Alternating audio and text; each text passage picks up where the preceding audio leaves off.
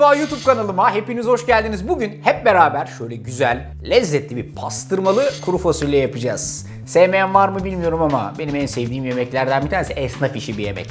Şimdi yakına gelin, size kuru fasulyenin işlemlerini göstereyim. İşte burada 3 su bardağı kuru fasulye var. Hafiften bir sudan geçirdim. Kasenin içinde duruyor.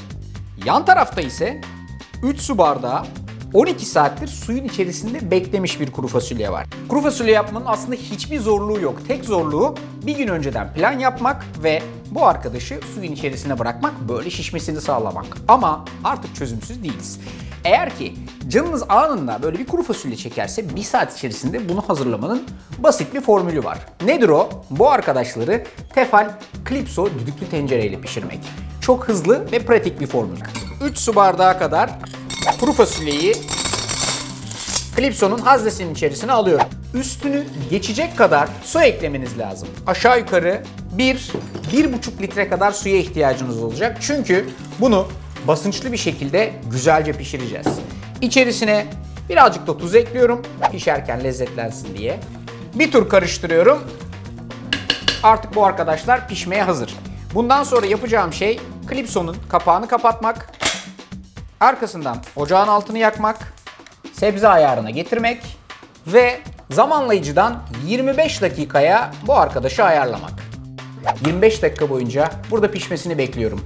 Alarm verdiği zaman altını kısmayı unutmayın. Süper vaziyette pişecek bu arkadaşlar. 25 dakikalık sürenin sonunda bu arkadaş diyor. Bu dakikadan itibaren yapacağınız şey, altını tamamen kapatacaksınız ve kendinizi hafif geri çekerek susturup buharını tamamen dışarıya çıkmasını sağlayacaksınız.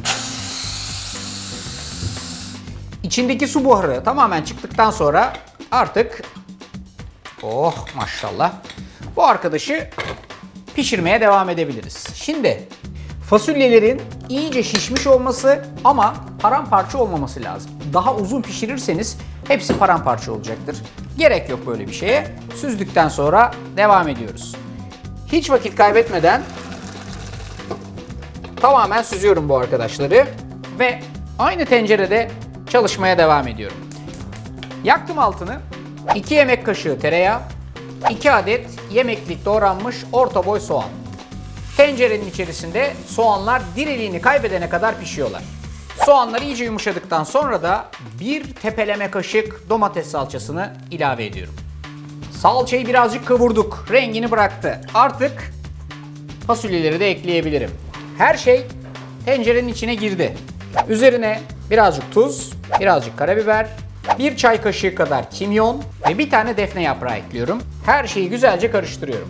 Bu dakikadan sonra suyu ilave etme vakti. İçerisine koyacağınız su miktarı kuru fasulyenizin ne kadar helmeli olacağını gösterir. Ben helmeli kıvam seviyorum.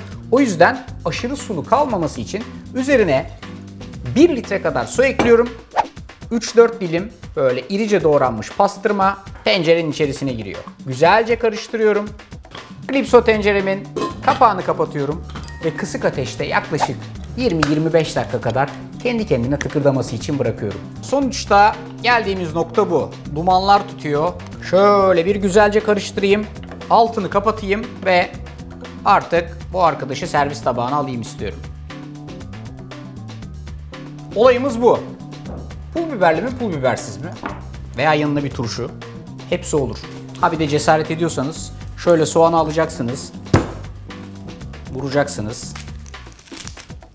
Cücüğünü çıkartıp bununla beraber bir lokmacık soğan cücüğü yiyeceksiniz. Ağzınızı yakmamaya özen gösterin. Benimki biraz bakır kaplı. Bir de soğan.